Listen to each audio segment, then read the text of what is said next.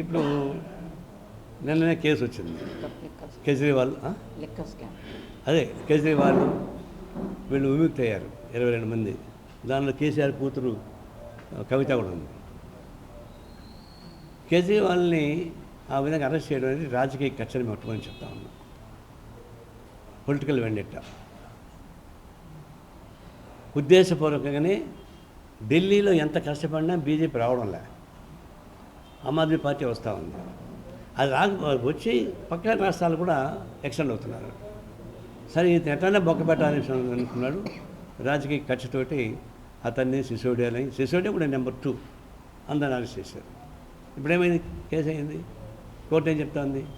సాక్ష్యాధారం లేకుండా వాటికి నువ్వు అరెస్ట్ చేసి పెట్టేస్తే మళ్ళీ ఇంకొక చట్టం వస్తుంది. 30 రోజుల పాటుగా జైల్లో ఉంటే వాడు పోటీకి అనర్హుడట. అంటే తప్పుడు కేసు పెట్టి లోపల పడేస్తే వాళ్ళు నెల తరబడి జైల్లో ఉంటే వాళ్ళు కంట చేయకూడదా? చంద్రబాబు నట్టపడేశారు కదా. అంటే మీకు ఇష్టం లేకపోతే వాళ్ళు లోపల పడేస్తారు, లోపల లొంగ తీసుకుంటారు. ఎందుకు లొంగ తీసుకున్నారు? మళ్ళీ చెప్తున్నా మీకు. కేజ్రీవాల్ లోపల పడేసి అతనికి రాజీకి ఏం చేశారంటే, నువ్వు బయట రావాలంటే కాంగ్రెస్ పార్టీలో ఉండకూడదు అని ఆన్సర్ పెట్టి ఆయన అంగీకరించిన తర్వాత విడుదల చేశారు. ఆ తర్వాత మళ్ళీ కేసు ఇప్పుడు కొట్టేసింది, అది వేరు. అందువల్ల ఏం చేసి బయట రాగానే కాంగ్రెస్కి మాకు సంబంధం ప్రకటించుకున్నాడు.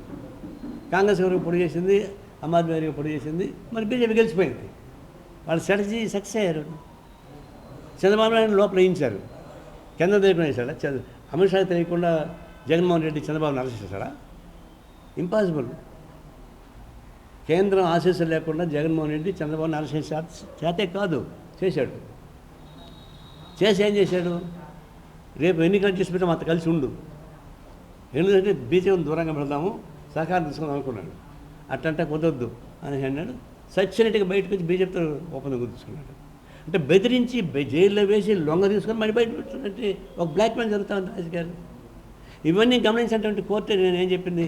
సిబిఐని నువ్వు పనికి మాలని దిగింది, సాక్షాత్గా ఏర్పడేస్తాను. అన్నిటికీ రిమోట్ కంట్రోల్ ఎవరు?